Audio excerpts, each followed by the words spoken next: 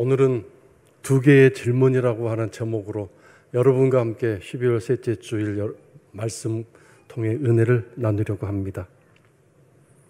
미국의 공중위생국장을 지낸 바 있는 비백 머시 박사라는 분이 사람이 병에 걸렸을 때 그 병을 악화시키는 여러 가지 요소가 있는데 공통적으로 작동하는 특별한 요소 중에 하나로 외로움을 꼽았습니다.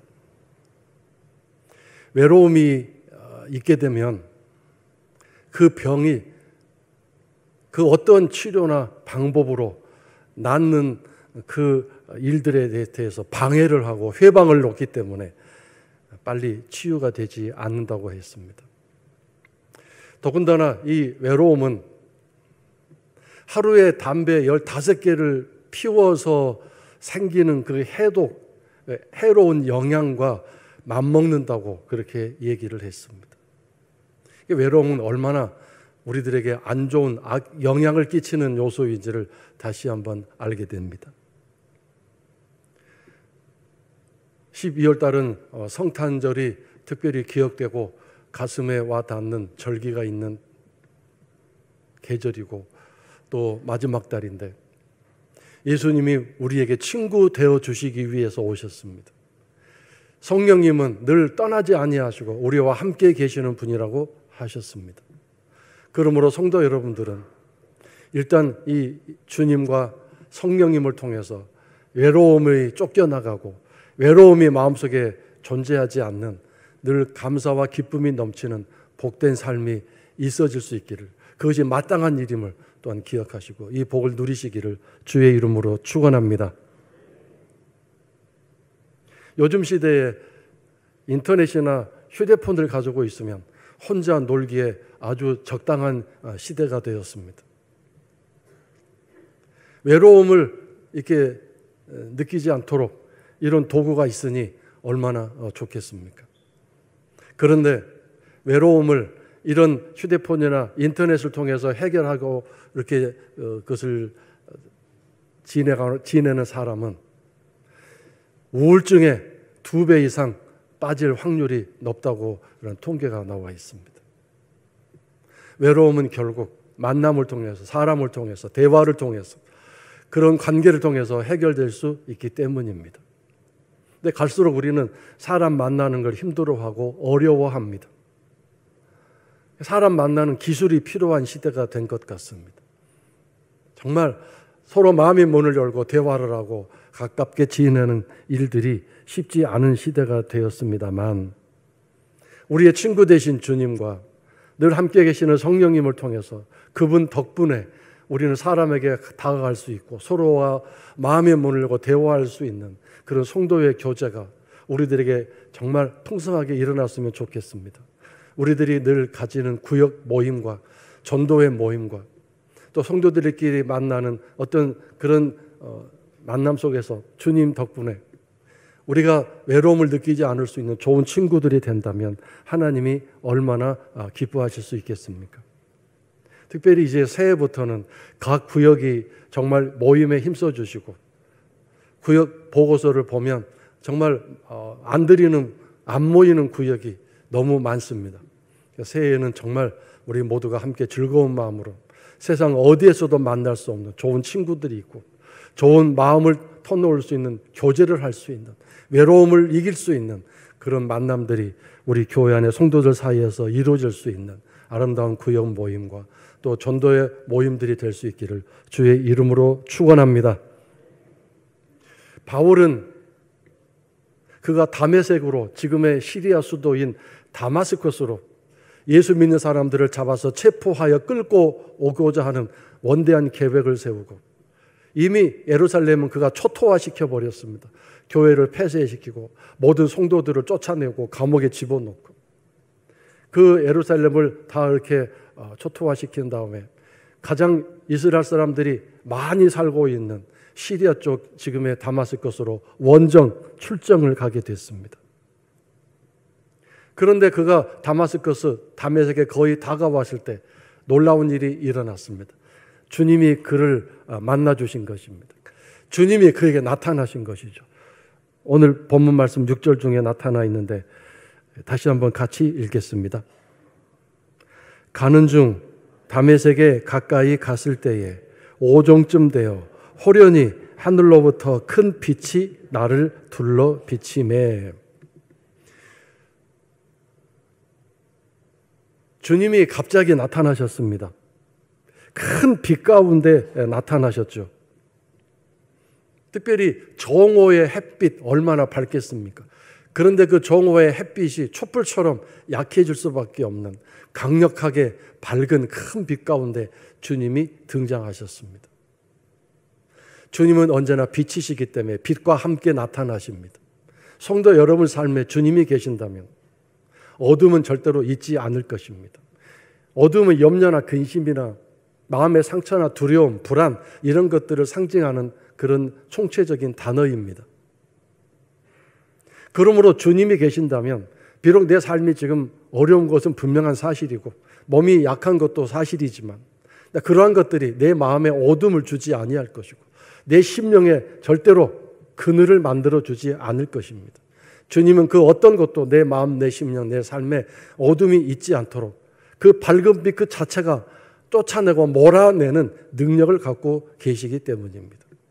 성도 여러분 삶 속에 또 여러분 마음 속에 이 밝은 빛 대신 주님이 여러분 마음속에 그 어떤 어둠도 있지 않도록 다 쫓아내시는 주님과 함께 동행하시는 여러분의 나날과 매일의 삶이 될 수 있기를 주의 이름으로 축원합니다.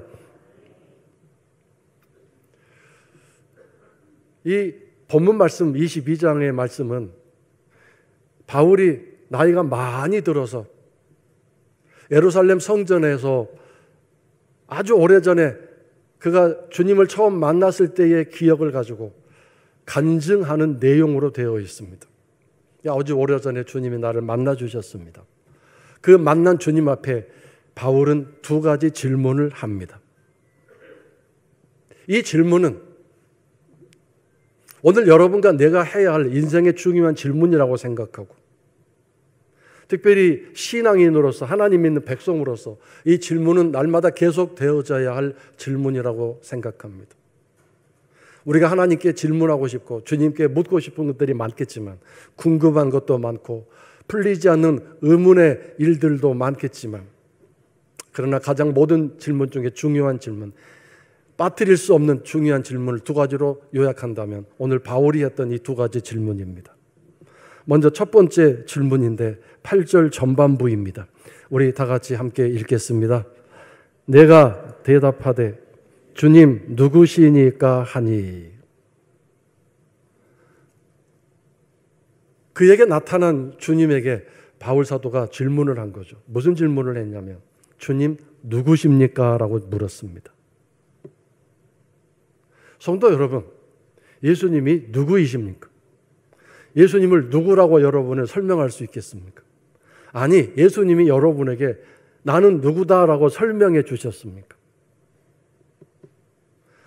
신앙생활은 예수님을 만나서 예수님이 누구인가를 아는 것으로 시작해서 예수님이 누구셨구나라고 완성하는 것으로 종결되어집니다.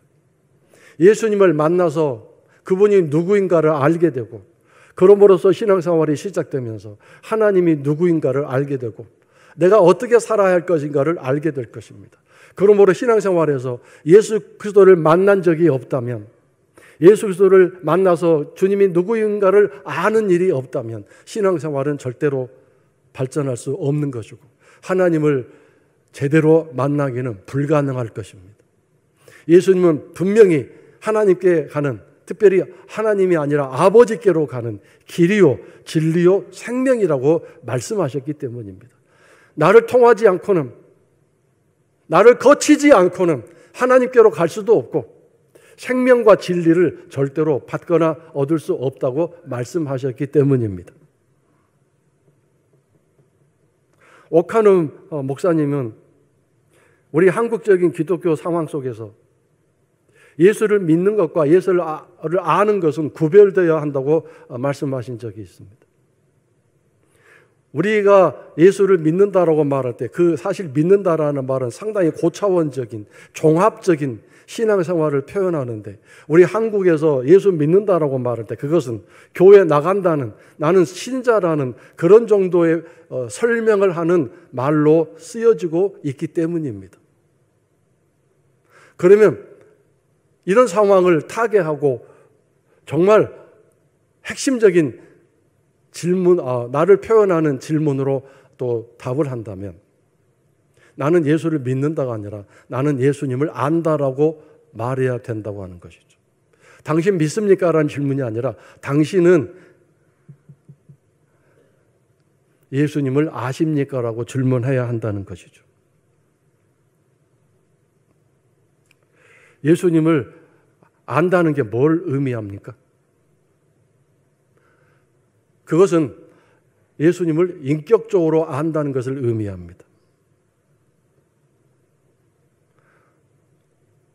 얼마 전에 믿음 생활, 신뢰 생활, 하나님을 신뢰하는 생활이 인격적인 것이라는 것을 말씀드린 적이 있는데, 다시 한번 말씀드리면 주님을 인격적으로 만난다는 것은 그 주님이 내 인격에 들어오셔서 내 인격에 영향력을 끼치실 때 내가 주님을 인격적으로 만났다고 말할 수 있습니다.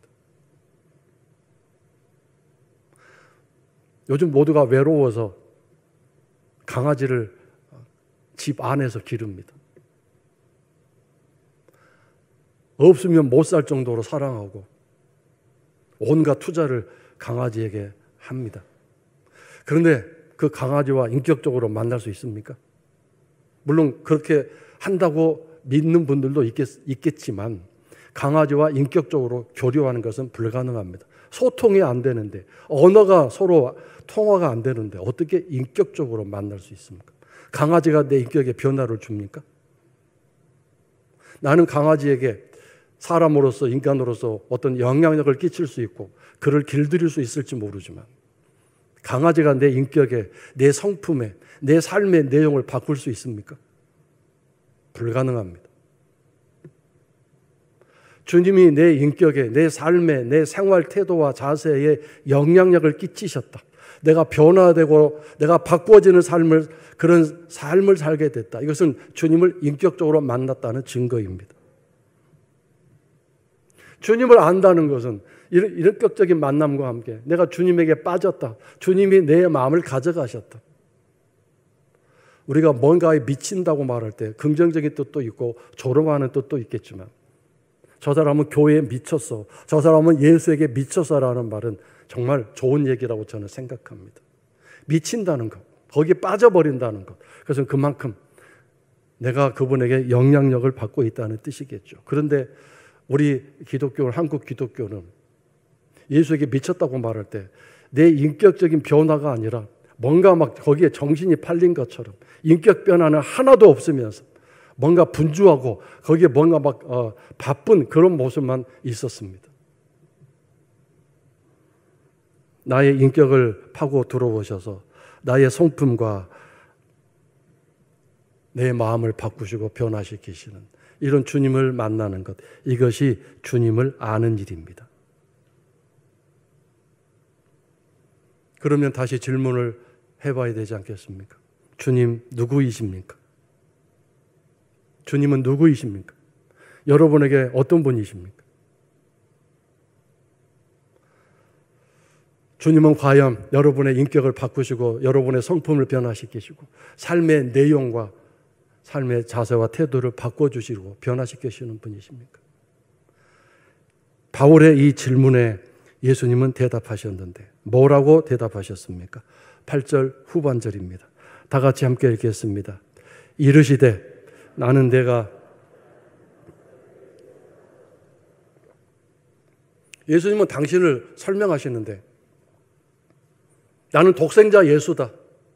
나는 하나님의 아들이다. 나는 이 땅에 온 예수다. 나는 너를 죄에서 건져 구원하기 위해서 십자가에서 고통과 고난 중에 죽었다가 사흘 만에 부활한 예수다.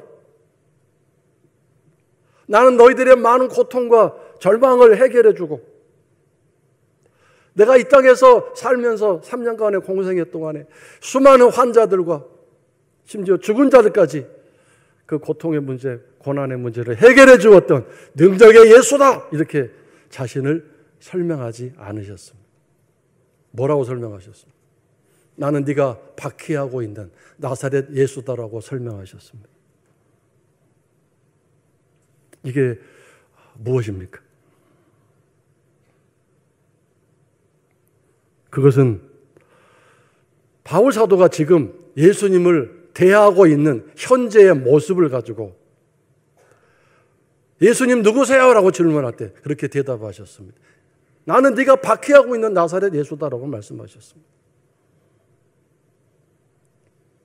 내가 오늘 예수님을 어떻게 대하고 있는지, 그분을 내가 어떻게 인정하고 그분을 대접하고 있는지, 그것이 바로 오늘 예수님이 누구이신가를 주님이 직접 스스로 설명하시는 당신의 내용이, 당신의 소개 내용이 되고 있는 것이죠. 바울은 예수님을 박해했습니다. 예수님을 핍박했고 예수님을 폭행했습니다. 나사렛 예수라고 설명하셨는데 여기서 나사렛이라는 단어가 주는 뉘앙스가 뭐냐면 네가 나를 그렇게 하찮게 보고 우습게 보고 나를 그렇게 무시하는 가운데서 나를 폭행하고 나를 폭력적으로 나를 박해하는구나라고 하시는 설명 아니겠습니까? 나사렛은 이스라엘에서 가장 가난한 동네입니다.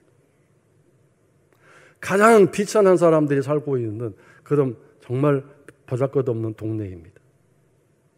그런 동네 출신인 예수님이 무슨 대단한 사람이겠는가?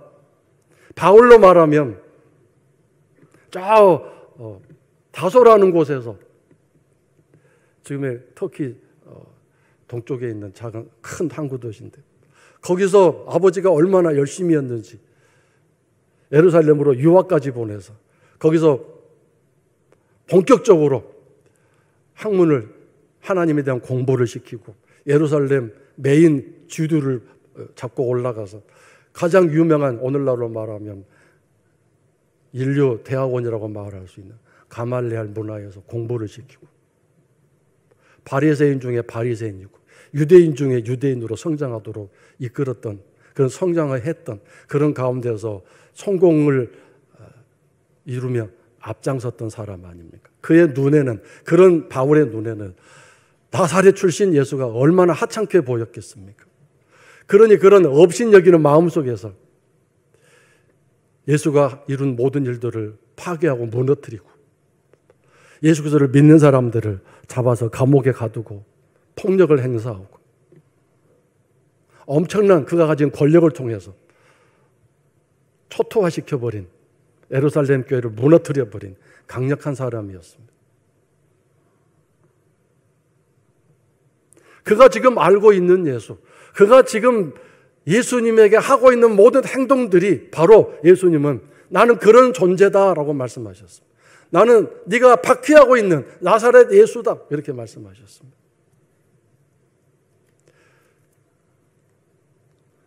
성도 여러분, 여러분과 나는 예수님을 지금 어떻게 대하고 있습니까?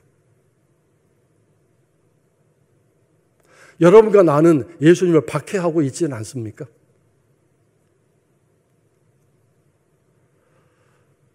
가장 흔한 삶의 모습으로 제가 몇 번이나 말씀드려서 여러분은 이미 이제 귀에 익었겠지만 다시 반복해서 말씀드린다면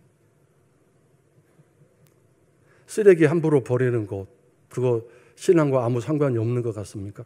그거 예수 박해하는 일입니다.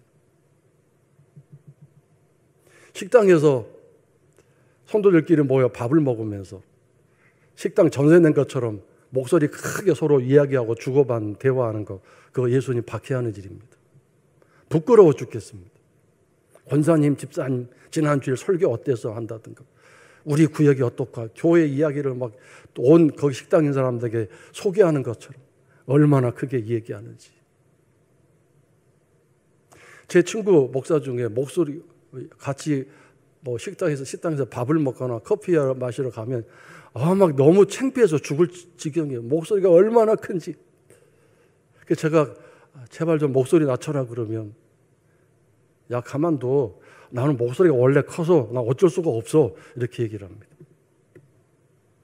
그래서 만나는 게 꺼려집니다. 참 좋은 친구인데 고속도로 차를 몰고 가다 보면 1차선에서 느릿느릿 가는 차가 있습니다. 뒤에 차들이 쫙 밀려 있습니다. 그 차 앞에는 텅 비어 있습니다. 2차선, 3차선은 차들이 꽉 차 있어서 뒤에 오는 차들이 추월해서 가지를 못합니다. 절대로 안 비켜줍니다. 그 사람이 만약 교인이라면 그 사람 지금 예수님을 박해하고 있는 일입니다. 말을 함부로 하고 행동 함부로 하는 것도 다 예수를 핍박하고 박해하는 일입니다. 가정에서, 직장에서, 사람과의 만남 속에서. 예수 그리스도를 박해하는 그것은 우리가 그렇게 살아가는 이유는, 그렇게 살고 있는 까닭은 예수님을 그 정도로밖에 안 만났기 때문입니다. 예수님이 그 정도로밖에 내 인격에 영향력을 안 끼치셨고 못 끼치셨기 때문에 그렇게 살고 있는 것입니다. 정말로 주님이 내게 영향력을 끼치시고 내 삶에 놀라운 능력을 행하시는 주님이셨다면, 내가 주님을 인격적으로 만나서 그분이 내 인격에 변화를 주고 내 성품과 삶에 변화를 주셨다면, 나를 바꾸셨다면 내 삶에서 절대로 그렇게 살 수 없을 것입니다. 그렇게 못 살 것입니다.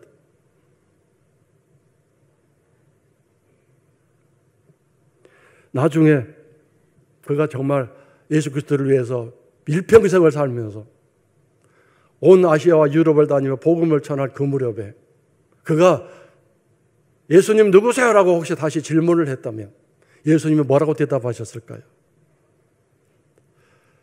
나는 네가 나를 사랑하는 까닭으로 박해를 받고 있는 그리스도 예수다라고 분명히 답변하셨을 것입니다. 옛날에는 자기가 잘한다고 하면서 하나님 사랑한다고 하면서 열심히 행동하고 일했던 모든 것들이 예수를 핍박하고 박해하는 일이었는데, 나사렛 예수로 업신여기는 그런 모습이 됐는데, 이제는 오히려 예수를 사랑하기 때문에 그가 스스로 박해를 받는, 핍박을 받는, 그것을 마다하지 않는 그런 삶을 살고 있고, 그래서 바울 사도에게 있어서 예수는 누구이냐? 그리스도 예수라고 하는 것이죠. 그리스도란 무슨 뜻인가요? 메시아라는 뜻입니다. 구세주라는 뜻입니다. 내가 너를 구원해주고 그 구원해준 그것이 물질이나 건강이 아니라 죄에서 너를 건져 구원해주고, 그러기 위해서 내가 너를 건져주기 위해 십자가에서 죽었는데 그것을 네가 그렇게 기뻐하고 감사하면서 너의 전 인생과 삶을 내게 주어서 그 고통과 그 핍박 속에서도 나를 떠나지 않고 나를 그렇게 사랑하고 있구나. 네가 나를 그리스도로 대접하고 있구나. 나는 너에게 그리스도로 인정받고 있구나. 나는 너에게 그리스도 예수다라고 이렇게 설명하실 수 있는 예수님의 기쁘신 대답이 분명히 주어졌을 것입니다.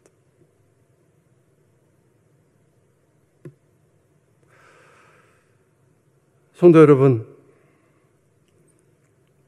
오늘도 추운 날씨입니다. 근데 요즘 날씨가 갑자기 추워지니까 새벽기도 나오는 숫자가 팍 줄었습니다. 그래도 저는 추위 속에서도 불구하고 새벽 1부 5시와 2부 6시 반에 나오신 성도들이 얼마나 고귀하고 감사한지 모릅니다. 핍박, 박해죠. 추위의 그 고통을 무릅쓰고 영하의 그 추운 날씨 새벽에 그럼에도 불구하고 주님 사랑에 감격해서 나와서 깨어서 기도하는, 오늘도 악에 물들지 않고 빠지지 않도록 저 건져주세요 기도하는 그 모습을 보면서 네가 나를 그렇게 인정하고 있구나, 네가 그렇게 나를 대접하고 나를 사랑하고 있구나 하고 하는 그런 주님의 기쁘심, 아 나는 너에게 그런 존재구나, 내가 너에게 그렇게 대접받고 있구나라고 말씀하시면서 내가 정말 너에게 그리스도 예수가 되었구나라고 말씀하시지 않겠습니까? 두 번째 질문 넘어가겠습니다. 10절에 나오는데 거기 말씀 우리 다 같이 함께 읽겠습니다. 내가 이르되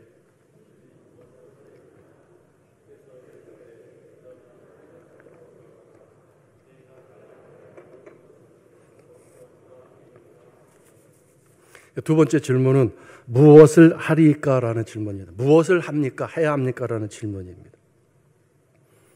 살아있는 사람은 어쨌든 무언가를 하는 사람이죠. 죽어있는 사람은 아무것도 하지 않습니다. 못합니다. 신앙생활도 마찬가지입니다. 살아있는 성도, 신앙에 살아있는 사람은 무언가를 합니다.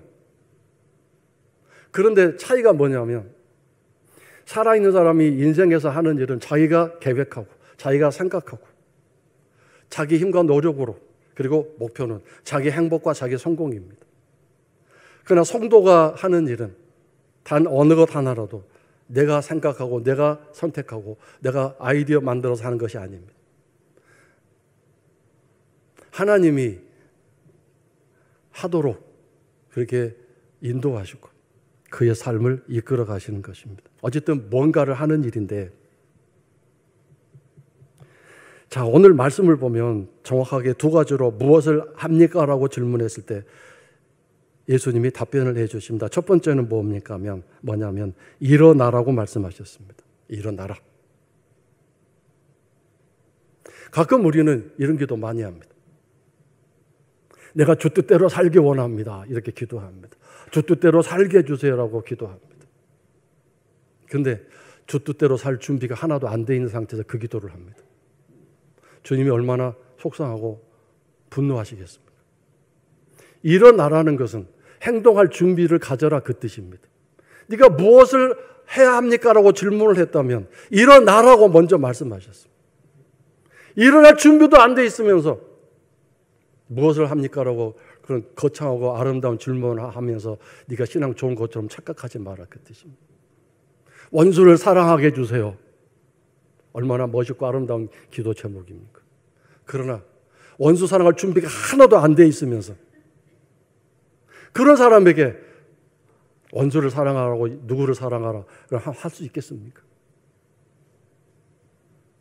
마치 새해에는 제가 몸무게 10kg 감량하기를 원합니다. 살 빼기를 원합니다. 이렇게 계획을 세운 사람과 생각해 볼 수 있는데, 그렇다면 뭐가 필요합니까? 10kg 뺀다는 목표가 중요한 게, 목적이 중요한 게 아니라 10kg 빼겠다는 목표가 있어야 되겠죠.